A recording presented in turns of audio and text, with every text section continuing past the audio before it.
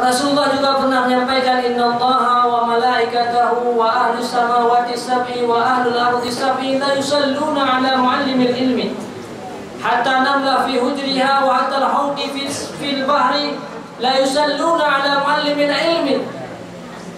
Allah, para malaikat, seluruh makhluk langit yang 7, para malaikat-malaikat yang mulia di atas langit yang 7, dan seluruh para makhluk-makhluk yang ada di bumi yang 7, sehingga semua semut-semut yang ada di dalam lubangnya, ikan-ikan yang ada dalam lautan, la yusalluna ala muallimil ilmi, mereka meminta kepada Allah agar Allah menurunkan rahmat kepada orang-orang yang menuntut ilmu.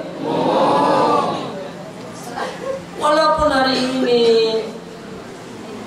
Tanyo hanya nampak orang-orang yang biasa, orang-orang yang penuh dengan kekurangan-kekurangan. Orang-orang melihat kita pakaian Tanyo dengan serba kekurangan, ma'had kita tempat belajar ilmu juga serba kekurangan, tidak sama seperti mereka. Tetapi ketahuilah, pada pandangan Allah, semua makhluk-makhluk di atas muka bumi ini sedang meminta kebaikan terhadap orang-orang yang mengajarkan ilmu.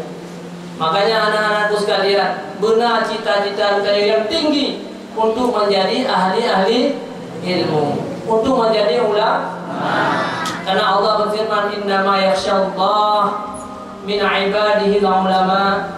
Orang-orang yang takut kepada Allah hanyalah ulama, bukan pemimpin, bukan orang yang punya harta yang banyak, bukan orang yang punya fasilitas dalam hidup mereka. Yang takut kepada Allah adalah ulama.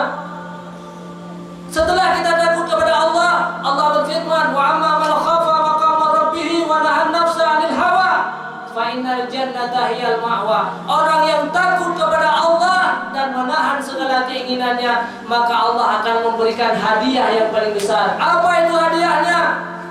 Fa innal jannata hiyal ma'wa, itulah surga. Maka apa tujuan kita untuk menjadi ulama? Maka semakin dekat kita dengan surga, sedang menunggu apa hadiah yang paling besar daripada Allah Subhanahu wa ta'ala.